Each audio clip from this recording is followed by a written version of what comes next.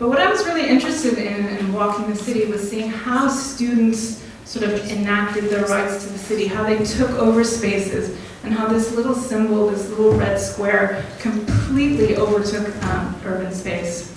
And so the rest of the presentation, I'm just going to go through and show you some of the pictures that I took. I think there's about 100 photographs, so I'm going to go through sort of some of them quite quickly.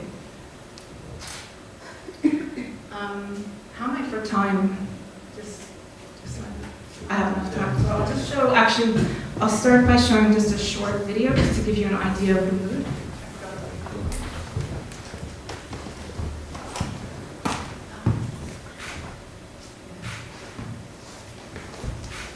It's in French, but there's subtitles.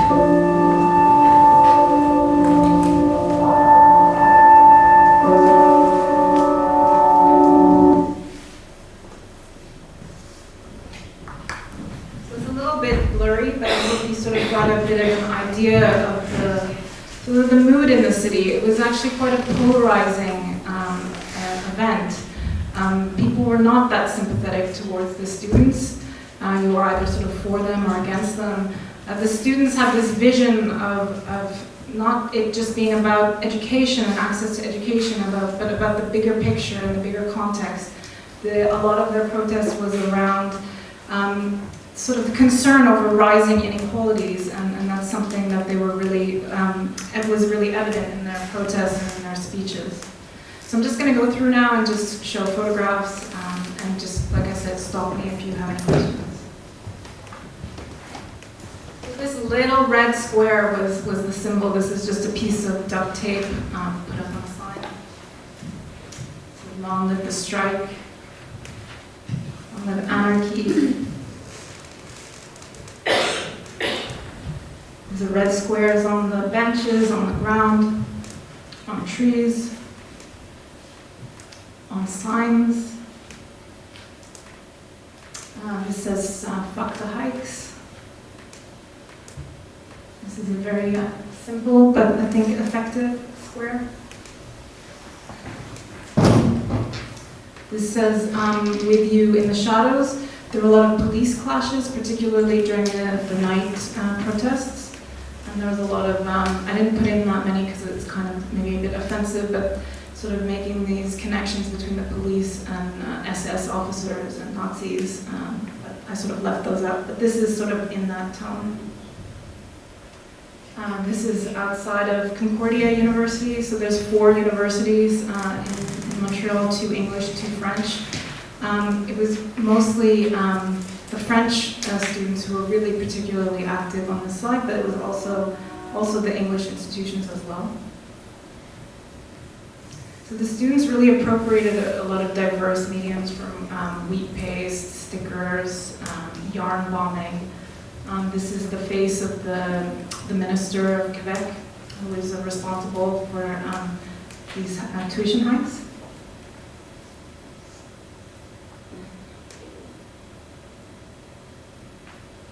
There were a lot of stickers, a lot of different political organizations and student groups making stickers and putting them up. And this one just says, the strike is for the students, but the struggle is sort of for everybody. It's a loose translation. What was interesting at this time when the government announced these tuition hikes was that they were also simultaneously negotiating the sale of large parts of the mineral rights to northern Quebec, which is the home to a lot of indigenous communities. So a lot of people sort of suspected that this student strikes was a bit of a diversion from what was actually going on, which was these sort of very controversial $80 billion plans selling sort of northern Quebec to industry. And again, that's the face of the Minister of Quebec.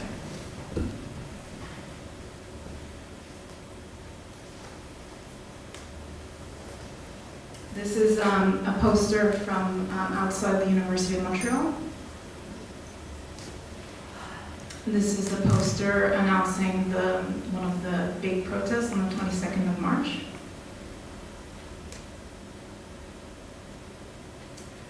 This is a translation of Bob Dylan's "The Times They Are Changing" into French and taped up onto a wall quite randomly, but sort of interesting. The little red piece of tape.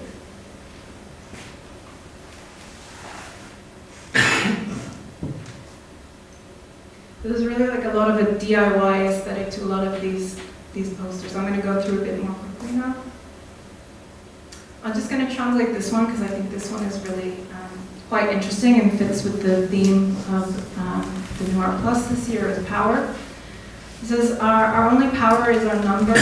It's in coming together and marching together in the streets that we can have our voice heard. This collective voice has the power to change.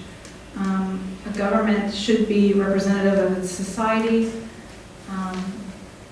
Protest together.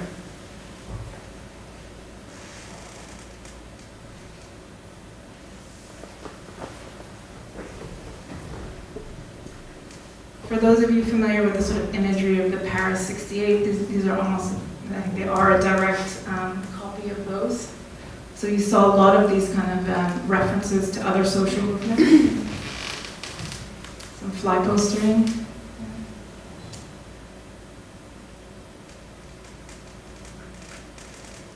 UQAM is one of the French universities. These are little red wooden squares painted and left on top of a monument. And again, these symbols of red just appeared all over the city. Yarn bombing, ribbons, duct tape, silencing poor Queen Victoria outside of McGill University. This is the municipal bike sharing, so normally there's advertisements on the front of these bicycles. These ones say free education. This is outside of Concordia University, it just says we want to learn.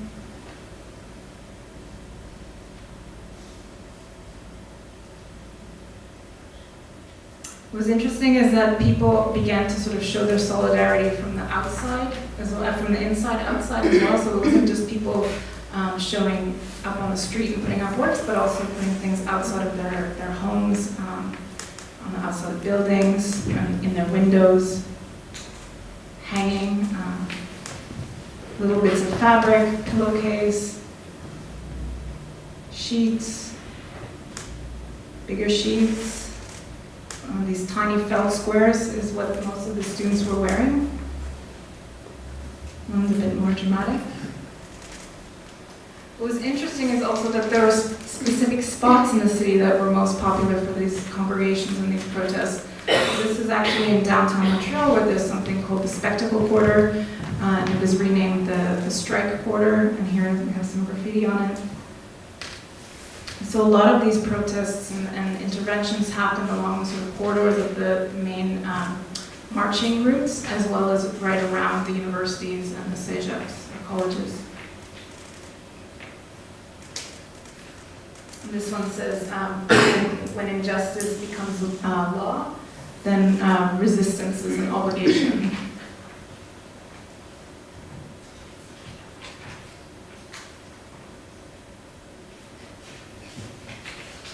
A lot of cats for some reason, I'm not sure why.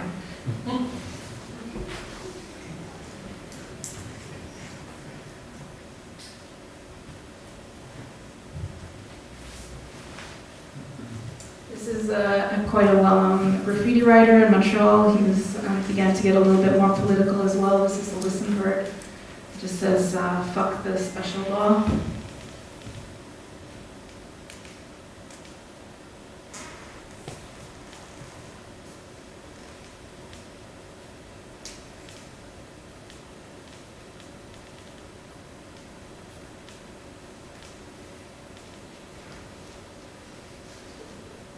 This one says 1,625 reasons to take to the streets.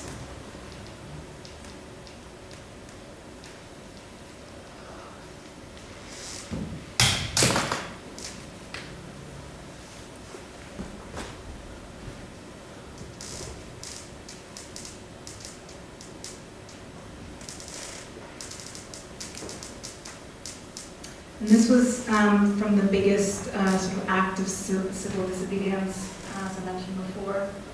This is just taken from the 13th floor of an apartment building, so you can get an idea of the sort of magnitude and the number of people that were taking to the streets. This would have gone down sort of 10 blocks or something like that, and then extended all the way between all of the different universities. And I sat, this was during the biggest march, but I sat during one of the other ones in a cafe and just watched for hours as people just streamed by. It's really difficult to understand the sort of what 400,000 people mean, but it's a hell of a lot of people who are walking together, and very peacefully, I might add. Some of the protests in the evening were a bit violent, but during the day they were quite peaceful. So for those of you who know this sort of situationist slogan, beneath the paving stones is each, well, this was along the major protest route, and I'm not sure if it was the result of the students marching on it, but they made a big hole in the street.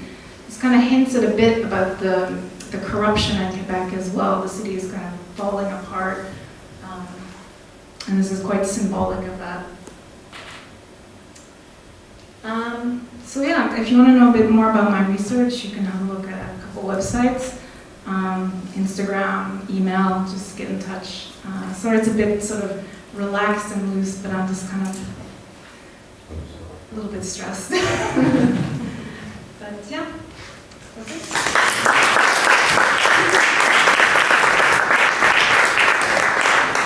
Okay. Thank you, Emma. Now, Laima. Laima, she's particularly interested in the interlink between heritage, art, city, and place. She's engaged with the Norwegian Institute for Cultural Heritage, has a master's degree in human geography with particular focus on heritage, tourism, local regional development. And she worked on various projects related with culture, urban development, heritage research, and urban planning. So, wow.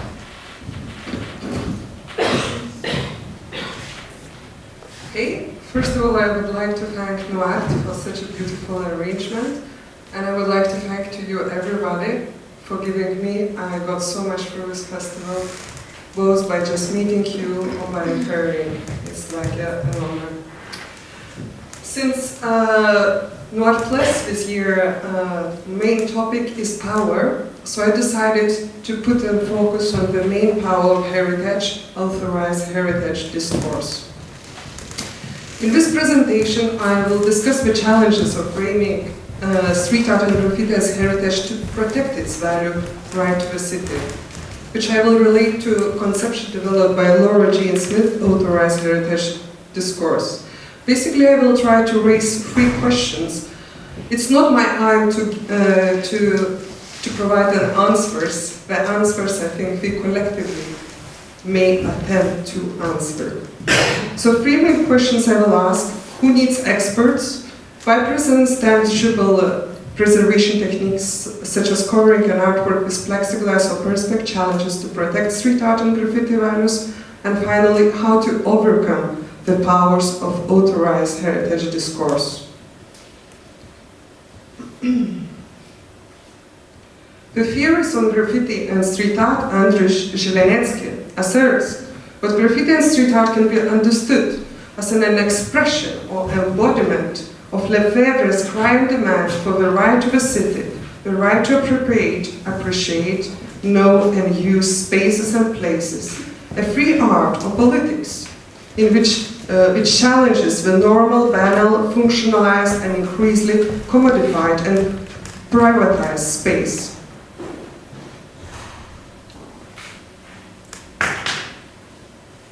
David Crouch, the theorist on heritage, asserts, but the problem is not with heritage, but the way it's thought about and institutionalizing contemporary culture, often through the dominant visual representation. The theorist Laura Jean Smith had developed the concept of authorized heritage discourse in order to decode the power inequalities within the heritage field, or in order to understand how the powers exercise among heritage experts. So basically, authorized heritage discourse is steered by officials or experts with the power to define and legitimize the meaning and understanding of the heritage. It emphasizes on preserving material things, often marginalize the practice and belief of social communities. In this conception, Smith includes different United Nations World Heritage Conventions and all of the authorized bodies in the heritage fields are included, both UNESCO and e-commerce.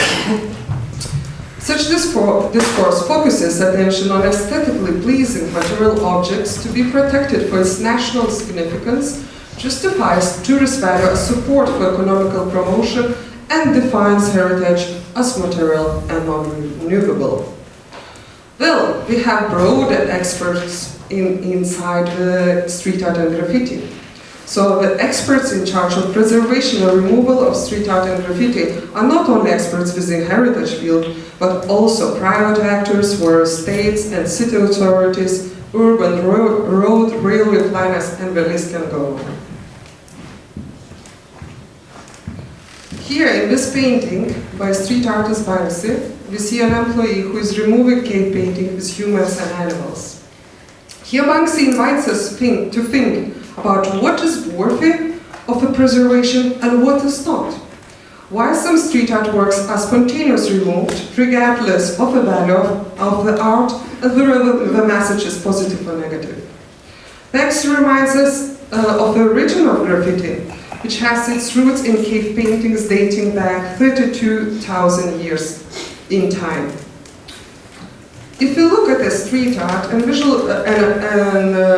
if you look at street art as visual communication, we find similar features between cave painting and street art. Obviously, I do not claim that street art and cave paintings are the same. They differ greatly in terms of shape, age, and content. But one can ask, why cave paintings are considered highly valuable to be preserved, while street art, especially tagging and graffiti, seems as vandalism and are often removed? Is it historical value which matters? Emerging scholarship has encouraged heritage professionals to recognize the significance of communal expressions of conflict and protest of heritage sites, particularly on artistic and political grounds. Burdick and Vicento, in their research article, argue that graffiti wall at the church San Francisco in Santiago, Chile, which has UNESCO status, is indeed a lively board utilized by numerous leftist interest groups and hence can constitute a cultural record what falls with the scope of intangible heritage. They have documented during presidential candidate elections, which undertook in 2013, that graffiti wall was an alternative communication channel for diverse leftist interest groups, that range from student organization, workers' unions, to political parties and minor. Graffiti here reflected open the free education, the military dictatorship, and election platform. Immediately, it was a clashes between the traditional heritage approach, which is like a building of UNESCO, inscribed in UNESCO, which in fact was built in 16th century based on colonial power. So it appeared a clash, and of course the traditional heritage, authorized heritage discourse couldn't accept it, the graffiti wall, so it led only to one side direction, removal of graffiti. The phrase, "Las demandas populares no caben en las urnas," or popular demands don't fit in ballot boxes, refers broadly to the perceived lack of inclusive platform for open collective participation and the need for traditional venues for individual free expression. Similar case study we can find here is a painting in Bergen, which was removed. And it was, we see the painting of a local artist, Abarca, and he painted No Lost Generation in collaboration with psychology students or psychology group organization PsychAid, which the aim of the painting was to contribute to the UNICEF project for Syrian children in the war, and No Lost Generation was a symbolical meaning how to protect the Syrian children, which we won't become a lost generation. This building is psychology faculty, and it's inscribed in the National Register of Heritage Law, protected by national law. And it's not very old, it's from the 1960s or something, but of course for heritage professionals what matters is the architectural power. Well, we can discuss if it is beautiful building, or you prefer the gray wall, or you prefer the painting, which reflected the function of the building, which is psychology department, and the painting was a psychology. So it led to one side direction, removal. Well, from the beginning it was obvious what it was agreed what it will be temporary. But if you look at the Eiffel Tower have meant to be temporary too. We see at the result. Authorized heritage discourse really enjoying power and fame. So they articulate on the fame and so on. So if you see like these quotations are like basically by the initiators of the preservation of Dalg. Dalg is like the most famous street artist comparing to Banksy. And of course its street art collective has initiated to protect his work, and it was based on what it will be protected, because now he is such a significant person because he can sell like it's expressed. Dole recently sold works for several million krona to several foreign buyers at the exhibition at Gallery Essay. So economical value, this is what matters for the preservation of authorized heritage discourse. While preserving Dalg pieces, of course, we're presenting as well exclusiveness platform. And in case of Dalg, it was in media very clearly expressed by politicians and the street art gallery. What this Dalg, it was obvious it was art, but while tag has nothing to do with art, it is on a level as dog that fits up the street corners, and it's little intelligible. It is vandalism and illegal sentence. Graffiti can, if very good, be exciting and good art.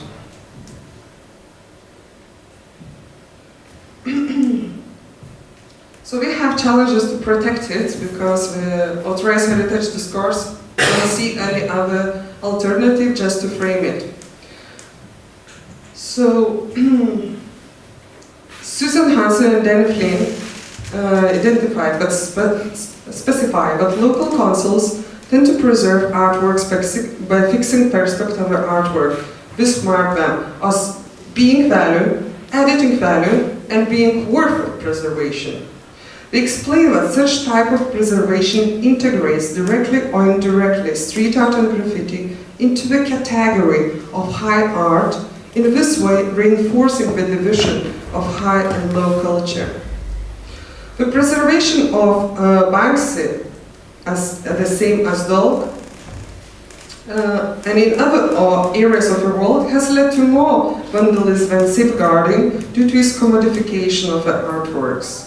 While rather, attempts to preserve street artworks as plexiglass can encourage vandalism prior to framing. A particular example, this is a photo of this provided by Dolk Biokorpsgutter. The city council contacted the private owner of building on which Biokorpsgutter was painted in order to secure permission for preserving the street artwork. However, the painting was destroyed before the framing could be completed. Biokorpsgutter was vandalized by the building's owner when he cut the wall down. Furthermore, the owner's action encouraged even more vandalism. Someone painted over the stencil with a white paint before the owner could remove it. A neighbor assumed that the painting had been painted over because the owner had interfered with the nature of street art, which belongs to everybody. Moreover, authorized heritage discourse tends to averse the meanings of certain street art works, neither does it to consider the opinions of the people. Here we see the street art work before the preservation, and here we see afterwards. Smiley, which is the figure which is street artist Argus tried to give me like as a memory for this figure. It's a famous figure, street art, a famous character as homeless character in Bergen City, and his lifestyle represented right to a different experience and right to the city. The figure, who also belongs on the street, is very close to the essence of philosophy of street art. Despite the symbolical meaning of the painting, and despite the negative reactions by local people against tangible preservation, which were expressed in local media with the titles The Ugliest Gallery in the City, City Council Prison Street Art, this street art work is continued to be imprisoned with plexiglass. Okay, so how to preserve it, or how to overcome the powers of authorized heritage discourse, or what kind of alternative methods can be used for that. So Susan and Hansen proposed longitude photo documentation. So from everyday practice, such as photographing, we can observe as a changing landscape, and as well it's possible to preserve both the tags, graffiti, and street art. In this way, we are not excluding one form of street art over another. And when we can see changing landscape over the time of that. Another thing is, in order to preserve it, so first of all we should question how can we alter these negative perceptions associated with illegal street art and graffiti, such as vandalism, criminal damage, dog piss. So this is for everyday practice, as for example engaging. Our perceptions might change. As is this a quotation by a beautiful woman, Luisa Corteza, and it was workshops in Lisbon initiated for all the people, Lata 65, so all the people are engaging and painting both tagging and stencils. And Luisa Corteza tells, first, people are not very happy about it because we are have negative idea of tagging and street art. But when we begin to draw and to cut, the faces changes. To conclude, street art and graffiti does not need to be managed by experts, the law, or plexiglass. Instead, there is need to engage with multiple views and perspectives, and to understand the role and relationship between street art, graffiti, and its place, people, and space. Following Guy Debord's statement, what changes our way of seeing the streets is more important than what changes our way of seeing painting. In the context of heritage management practice, it could be said, what changes our way of approaching heritage is more important than managing said change.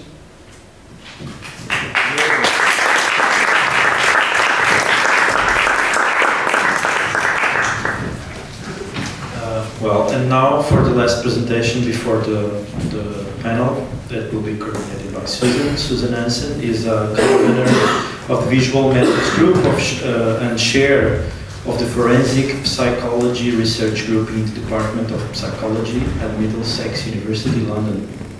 She has research interests in views, material engagements with effective responses to street art and graffiti, in the analysis of street art and graffiti as a form of visual dialogue, and in the promise of archaeological approach to understanding uncommissioned independent public art. I was fast in this one. You were very fast. I can read more. Well, we'd feel heavy. No, it's okay. No, it's not. Susan. All right. Yeah. So thanks to Nuart for the invite to talk. It's really awesome to be here, and thank you also to Laima for citing my work. It is really nice to see I'm appearing on somebody else's slides.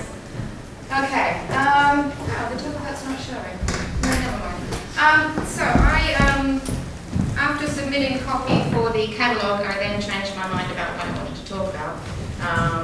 I decided instead to try to address more directly the theme of day 2. Yeah. So yesterday we were all about revolution and smashing the system. Today we're supposed to be talking about ways to subvert and co-opt the system. Yeah. So I thought what I try to do in the 20-odd minutes that I have is to discuss 2 internet case studies that each challenge existing aesthetic, legal and heritage frameworks. Yeah? So hopefully we can get a sense of some of the ways that we might strategize or exploit the frameworks that frustrate us through looking at what has perhaps accidentally worked in other environments. Okay, so key to the success of the subversions represented by these 2 case studies are shifts in the socio-moral urban norms that we have about street art. Yeah? Especially as these socio-moral norms may come into conflict with and even override more formal and legal frameworks. Yeah?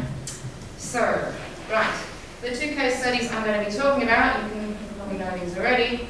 This is not a paper about Banksy, it's a paper about what 2 of his works set into practice in terms of the conditions of possibility for what happened next. Okay, so these are 2 works that appeared during the same night on the 14th of April 2014 at sites 43 miles apart. Each of them set a new precedent for the preservation, safeguarding and ownership of street art. However, whilst Spy Booth here on the left achieves this by appropriating and co-opting existing heritage frameworks, the disruption affected by mobile lovers on the right lay in its subversion of legal strictures in favour of a socio-moral course of action. The interesting thing about these as well is that through their site-specific placement, these pieces both challenged this recent trend for the acquisitive removal of valuable street art from walls. Yeah, so this is when the owner of the property cuts the work off the wall and sells it on the private market. Yeah, so you know the ways that these works are both placed kind of subverted this, made it impossible for this to happen at least immediately. Yeah. Okay, so the tensions at the basis of this lawful yet morally problematic practice of taking work off walls for private sale is grounded, I think, in the legal recognition of the rights of property owners to the tangible works on their walls, over the moral rights of street artists to control the first distribution of their work, and and the rights of communities to assert ownership over works that they regard quite often as public art intended for their enjoyment. Yeah? This tension is compounded as well by the fact that the creation of unauthorised public works may technically constitute criminal damage, and thus street artists may not publicly acknowledge authorship in the first place for fear of prosecution. So it's quite a tangle. There will be pictures, I promise. Okay, so Banksy's Spy Booth represents the first case of a work of street art being extended heritage protection to prevent its removal for private profit and sale on the art market. It also appears to be an attempt to enable the maintenance of the work in situ for the benefit of the community to whom it had been gifted, or the community that perceived this as a gift for them and that belonged to and with them. Okay, so that's Spy Booth on the left. However, in the case of Banksy's Mobile Lovers, the precedent set was not for the protection of work in situ. Indeed, this philanthropically positioned work appears to be designed to be readily removed for resale. Yeah, so it's on a plywood door that's really, really easy to remove. So you would think that this is the sort of work that would disappear immediately and resurface for sale. And indeed, this is partly how this worked. But it was produced in response to a call from the it's a youth club. It's the door on the wall of a youth club that was short of funds and that did a public appeal for funding because it was in danger of closure. And this very expensive, potentially work appeared on a part of youth club that is very easy to remove. And indeed, it went down 24 hours later. Yeah, so it arguably is produced not as a gift, but as a gift in kind. Yeah, a donation of sorts to this endangered community service. Okay, so Spy Booth is what we're going to talk about first. This once existed, it no longer exists, on the exterior wall of this Grade 2 listed property in Cheltenham. Yeah? So it's the first case, in the UK at least, of a work of street art being extended heritage protection. Yeah? The interesting thing about this is though it was granted protection, it survived in situ for just 28 months. Yeah? But it was a really interesting 28 months in that the intervening period witnessed a series of attempts by various parties to either remove and profit from, protect and preserve in situ, or vandalise and destroy the work. Yeah? So here it is with the owner attempting to get it sort of cut off the wall and sold. This resulted in a series of community protests, yeah, and attempts to kind of save the work. Yeah? So what happened next is that the council, given the level of community protest, the council intervened and put a temporary stop notice on any changes being made to the building, as remembering this work is being produced on a building that is already heritage listed. Yeah, so this is the interesting thing about this case, is that this heritage listing on the structure that the work is put upon is extended to protect the new work. Yeah? We don't think of heritage as being something that could be extended to work immediately, but this is what occurred. And the stop notice in turn was turned into an application to include Spy Booth permanently in the Grade 2 heritage listing of the property. Yeah? So to indefinitely prohibit the work's removal. Okay. So there are some international examples of works of street art receiving protection as tangible cultural heritage in their own right, but usually this only happens once work has been on walls for years, yeah, and communities have come to appreciate them, and we all see this as forms of heritage. The interesting precedent set by this case is that it's a test case for heritage protection being almost immediately extended to a new work of street art. Yeah, so this is a different sort of a tactic, but it didn't really work in practice terribly well at all, and indeed it provoked, as some of the slides that Laima was showing, using perspective frameworks in an attempt to protect the work, that appeases one section of the community and inflames another. So this is kind of a live debate, and this is a form of participation in this debate, these kind of material interventions on the work. And yeah, this was the eventual fate of the work, although it turns out that little bits of this rubble here resurfaced for private sale on social media.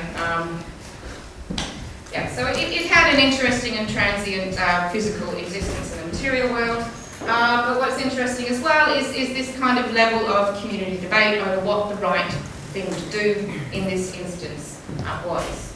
Yeah, so this kind of community debate contained not just, you know, should we protect the work, should we remove the work, yeah, or should we just let it be, but a bunch of nested standpoints, yeah, that reflect the complexity of community attitudes. I think we forget sometimes when we're talking about community consultation that there are a range of possible positions that people take, yeah, and we need to pay attention to the detail of people's positionings.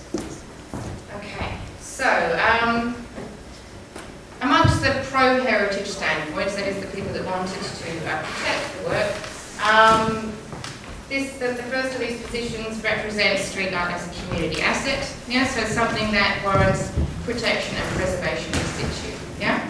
So media depictions of the case at the time employed rhetoric that described it as a national treasure that should be preserved, you know, quite bravely on behalf of the entire nation. So this is, you know, this is Banksy level rhetoric of treasure. Categorising spy booth as worthy of heritage listing also repositions the property owner, not as the property owner, but as the steward of this national treasure, yeah, with a consequent duty to safeguard it for the benefit of the community. This second interrelated position also supports heritage protection, but this tends to be constructed, people taking this position, as a defensive measure, yeah, as a way to protect the work against acquisitive removal for private sale, and only secondarily against destruction, vandalism, or degradation. Okay. Standpoints against the heritage protection of the work include a position grounded in the categorisation of spy as vandalism, yeah, as something akin to graffiti, which as such should be removed or destroyed because it does not belong on our buildings. The second position against the heritage protection of the work was based on an appeal to the rights of property owners. Now, so heritage protection was positioned as an action that would constrain property owners from the profits that they were entitled to, and as curtailing their freedom to renovate their properties. Yeah? Notably, this discourse also often referred to the conservation and preservation of the work as an aim, and also employed the rhetoric of saving art for the nation, but this was a sneaky way to employ this rhetoric, in that it was saying, well, we'll remove it from the wall, and we'll keep it safe, yeah? By taking it away from the community that it's based in, we are preserving it for the nation, yeah? So this is kind of co-opting the other side's rhetoric, which I think is quite interesting. Okay, so this is the last of the wordy slides, I think. Okay. I need to talk very briefly here about the final anti-heritage standpoint. Yeah, because this paradoxically seems to have more in common with pro-heritage positions, in that it seems to understand spy booth as art of intrinsic value to the community. Yeah, but this anti-heritage position highlights the importance of the ephemerality or natural life of street art and resists heritage protection and conservation as something that's antithetical to this form of expression. Yeah? So it values the work, but it also values the living culture of ephemerality that this work is part of.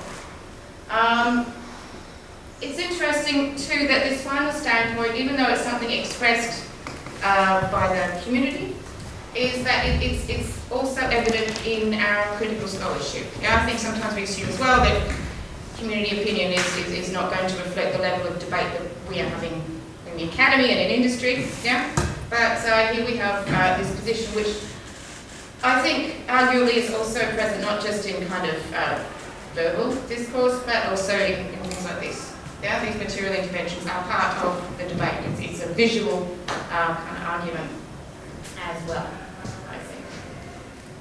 Okay, so the link between the two case studies are the challenges, I guess, that these offer to the socio-moral order and to our existing aesthetic, legal and heritage frameworks. Yeah, this sounds, I'm aware that right now this sounds awfully academic and perhaps not all that relevant, but I'm really interested in the conditions of possibility for these bigger changes we might be looking to exert. Yeah? So, what I mean by the socio-moral here is not anything philosophical. Yeah, it's something very practical and very mundane. It's like how we figure out what the right thing to do is, yeah, and what the wrong thing to do is, and how we come to some kind of agreement within different sections of communities about the right course of action, which may or may not correspond with existing legal laws and frameworks. So it's when these two clash that we get some change, hopefully, in our formal frameworks. Yeah, because people, I think, are concerned always accountably with presenting ourselves as ethical subjects. Yeah.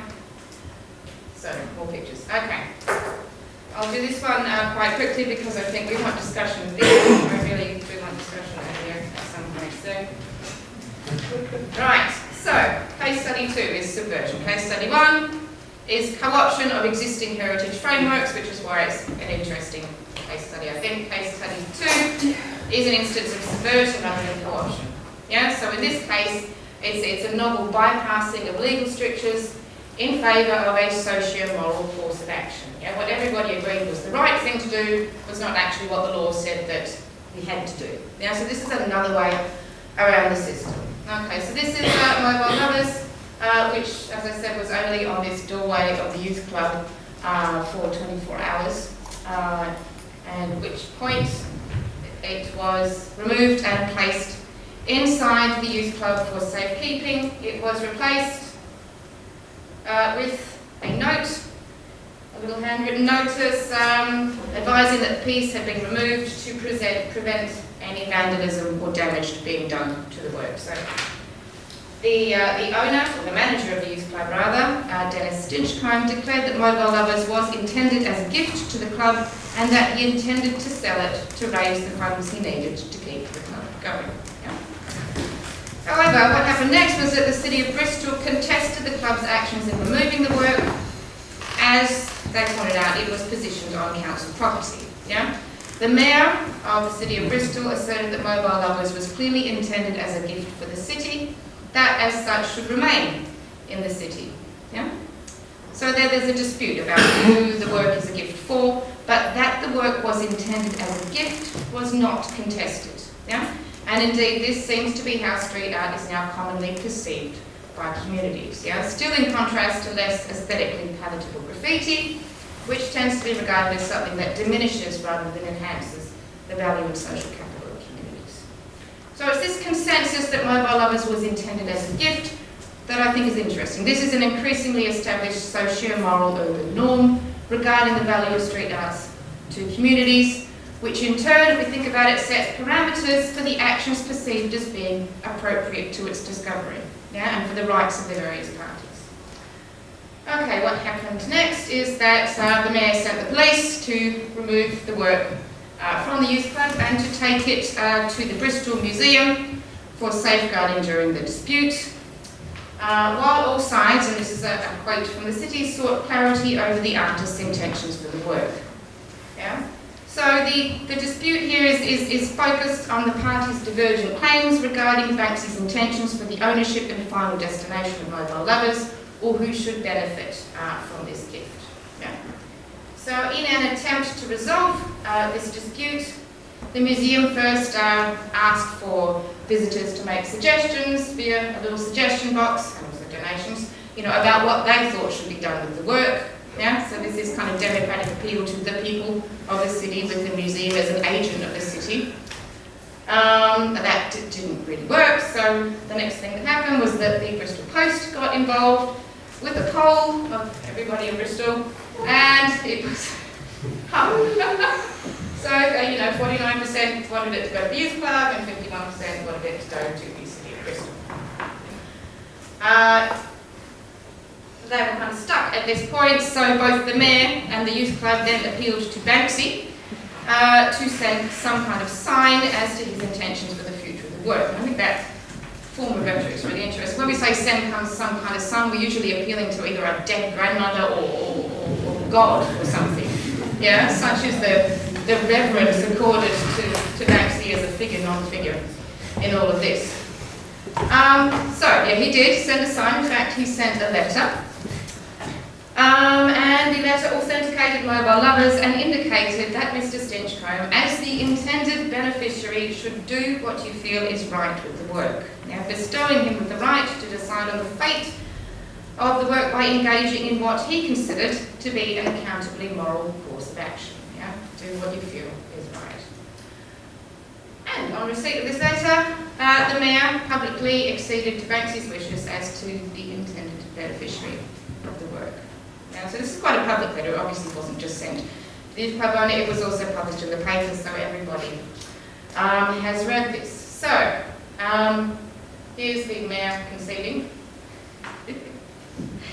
And that's the youth club owner. They're now having to hug for the media in front of mobile lovers. Okay, so what's important about this, and I am concluding now on this, is that the Mayor's concession represents an important precedent, yeah? As this is in essence a socio-moral form of recognition that has yet to be tested by the courts. Street artists occupy a unique position with regard to their ability to assert their rights of ownership of their work. Yeah, the ownership of tangible artworks is usually determined by whoever owns the canvas or material the work appears on. However, in the case of street art and graffiti, work appears not on canvas originally owned by the artist, but on the walls of already owned private and public properties, often without the consent of the property owner. Thus, the tangible work legally belongs to the wall owner, even though the copyright and intellectual property rights to the work remain vested with the artist. Furthermore, the act of creating such work may constitute criminal damage, which, while it does not preclude the recognition of artists' rights, may inhibit street artists from coming forward in an attempt to have their rights recognised for fear of prosecution. Banksy's right to claim ownership of his own work does not then override the rights of the tangible work on the wall, in this case the City of Bristol, to remove this unauthorised work and do what they want with it. Consequently, despite Banksy's public letter naming the youth club as the intended recipient of mobile lovers, he did not legally own the tangible work, thus it was not a gift Banksy could lawfully give. So, this sets a social moral precedent. Yeah? The consensus that mobile lovers was a gift undoubtedly informs this social moral precedent, as when even in dispute over the fate of the piece, the parties oriented to the actions appropriate to this form of social moral practice in preference to the course of action provided by the law. Yeah, so understanding mobile lovers as a gift enabled the parties to present themselves as accountable ethical subjects with reference to an existing recognisable set that we all know of practices, rights and obligations around gift giving and receipt. And this is how this was subverted in this instance. Okay, that's pretty much 2 cases in 20 minutes. Done, yeah?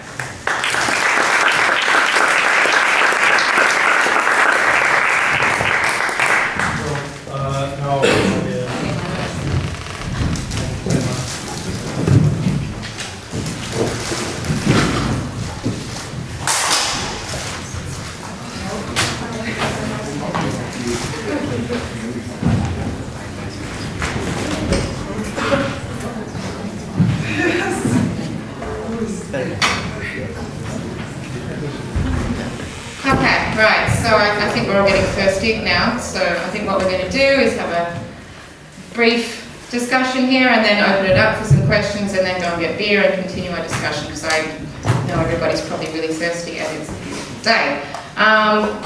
This is a really interesting topic though.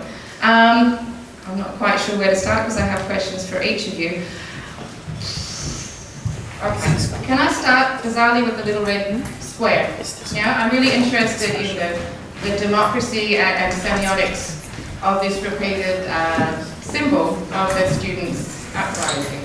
It strikes me that it's something that is quite DIY in form. Yeah, in that you can create it with a little bit of duct tape. You can transform a street sign. You don't need any special artistic skills to reproduce this yourself. And also the scale of it can go from that tiny little bit of duct tape that is barely noticeable and quite subversive to huge flags on a huge scale with 50, how many thousand people? 400,000. Oh my gosh, yeah. So, thoughts on the semiotics of the red square? Is it a Canadian thing? Is it a nationalistic? I would say it's a Canadian thing because it's in Quebec, which has... Yes, how do I know? So no, I think just red is a symbol of revolution and something like that. The sort of default was a little piece of red felt attached specifically with a safety pin. Okay. And that is what... So it began as a badge before it was kind of street-based, or? Yeah, I think that's how it started, as a way to show solidarity. It is really interesting how, as the movement started to get co-opted by politicians, so it sort of polarized the political parties, and then politicians would start wearing the square, because there was a battle over power. And then, many months later, when the police went on strike, somewhat ironically, they adopted this red square. Wow, so it took off in other semiotic fields as well. And sort of from the opposition often, yeah. But it wasn't, it was something very much that students used street art, but they weren't necessarily artists. In fact, I mean, Montreal has a very strong street art movement, but the street artists and graffiti writers were sort of not so much participating, so it was really much a DIY. So it's kind of DIY, kind of channel of communication, Absolutely. Democratic use of the streets. Yeah.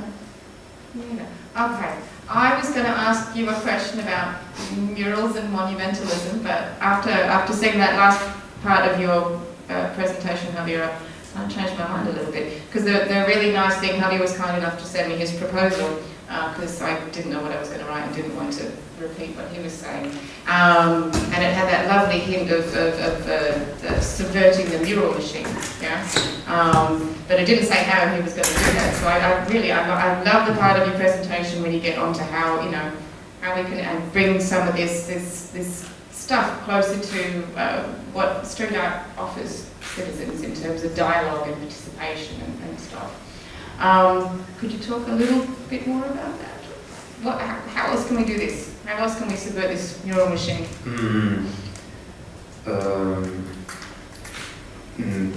The festival organizers who have invited artists to do this kind of thing if you want to let an artist loose in the street and kind of like improvise, not necessarily improvise, but choose the locations without needing to go through all the legal stuff. To work in a methodology similar to the street art used to be.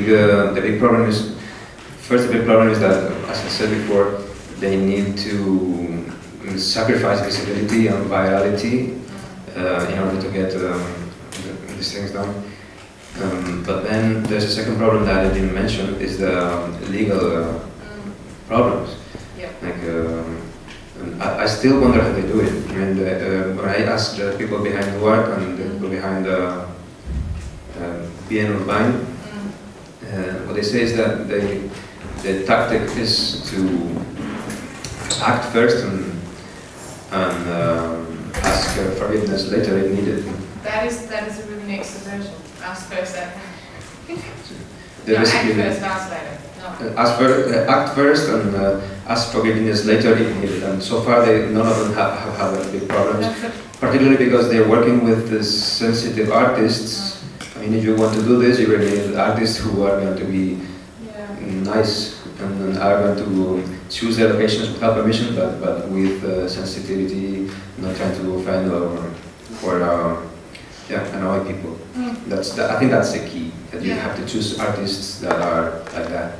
Yeah, that's a really nice kind of pithy slogan for a little recipe for subversion. Act first, ask later. Okay.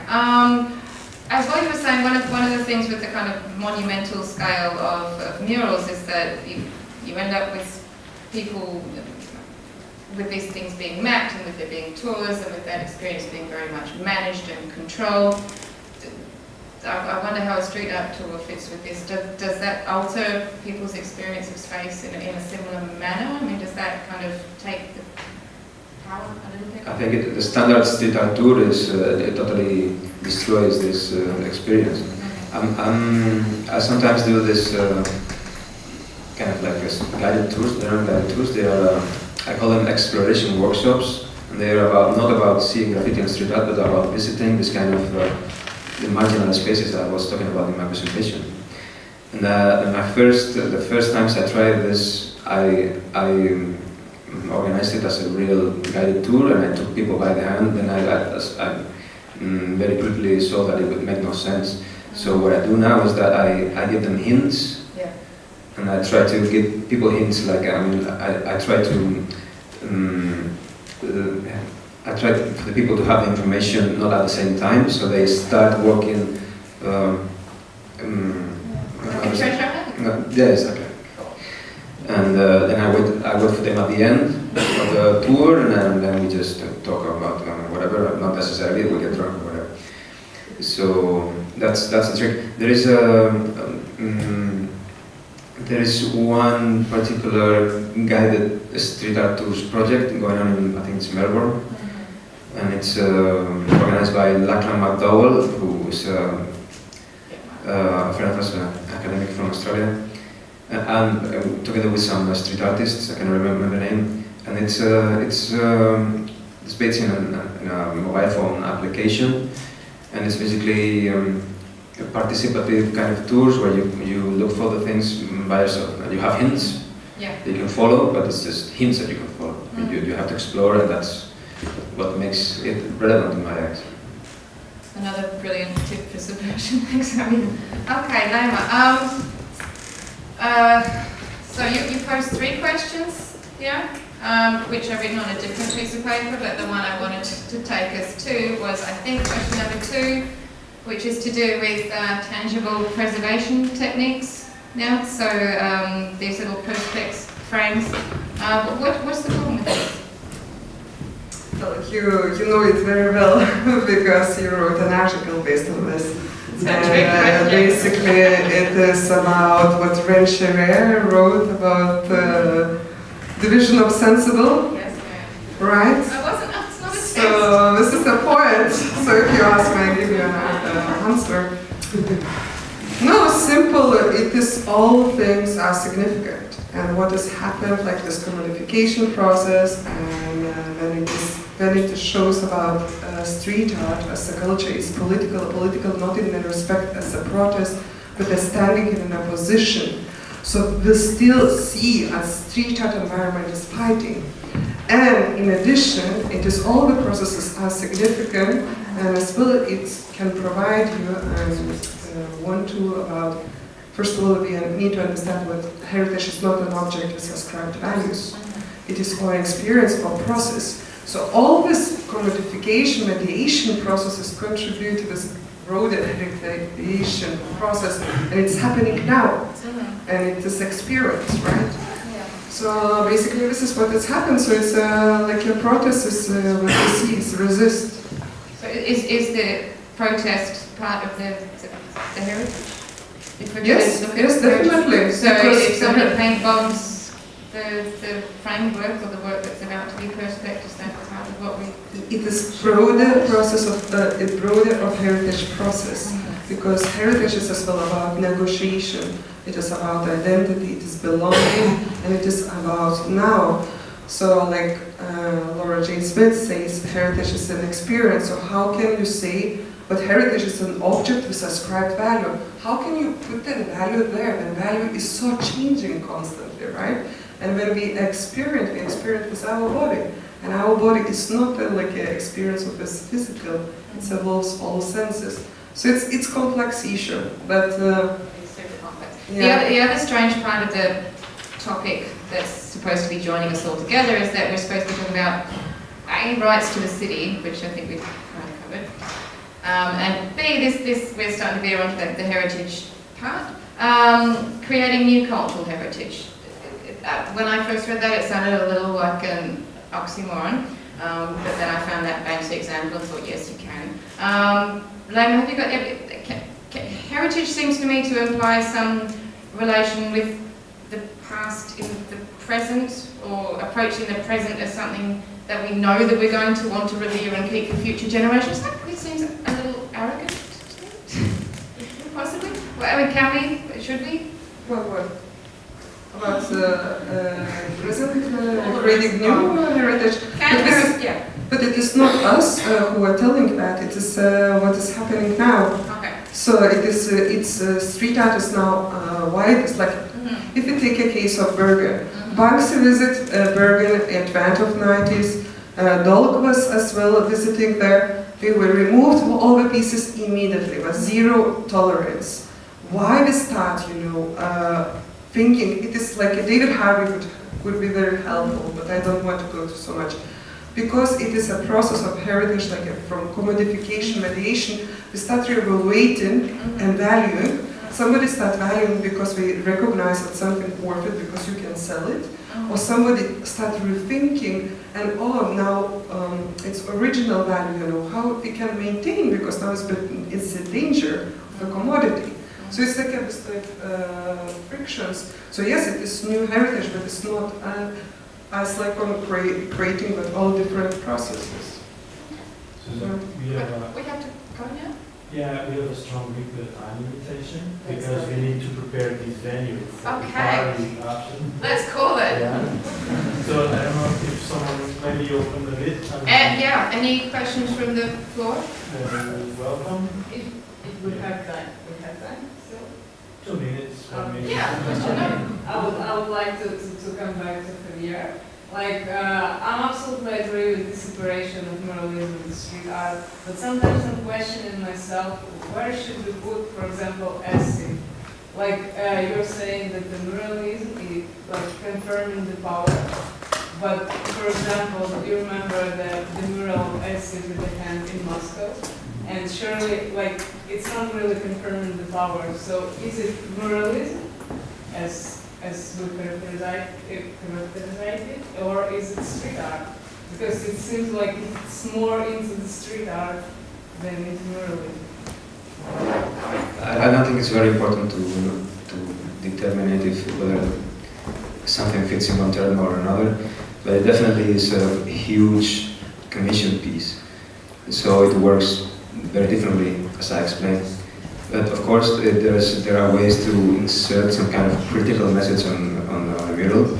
But it could be argued that because it's in that frame of a gallery of a mural, it loses all its political force or power, and it becomes just a gesture, I like the words in English for this, but just something that's not really working. It's just something that you can look at. And it's been called, it's like political art in the gallery. It's like just some rich people looking at it. So that's the point. Estef was in my talk, but I took it out because of the time limitations. But it's interesting.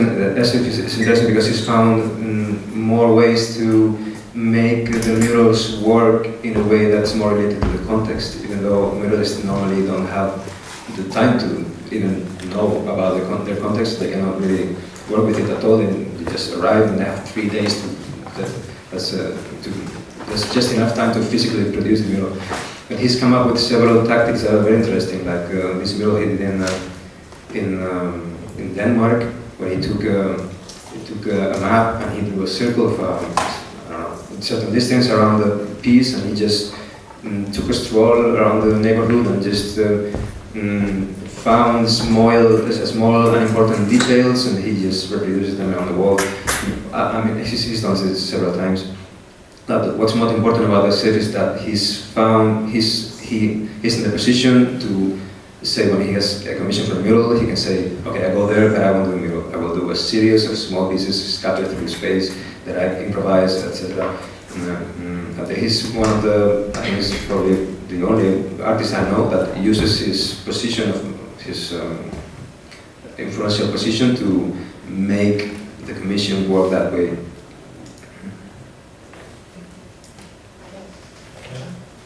Are we completely out of time? Or we... Yes. Yeah. How about let's talk over beer? That sounds awesome. Yeah? Right. Thank you. Thank you very much for everything. We need this big room.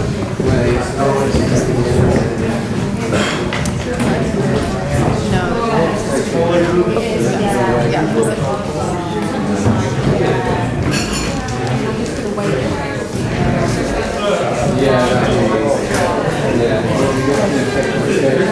Yeah, so actually the party's downstairs. It's only been but I think they're using this room for the fair. So yeah, I have to leave quickly. But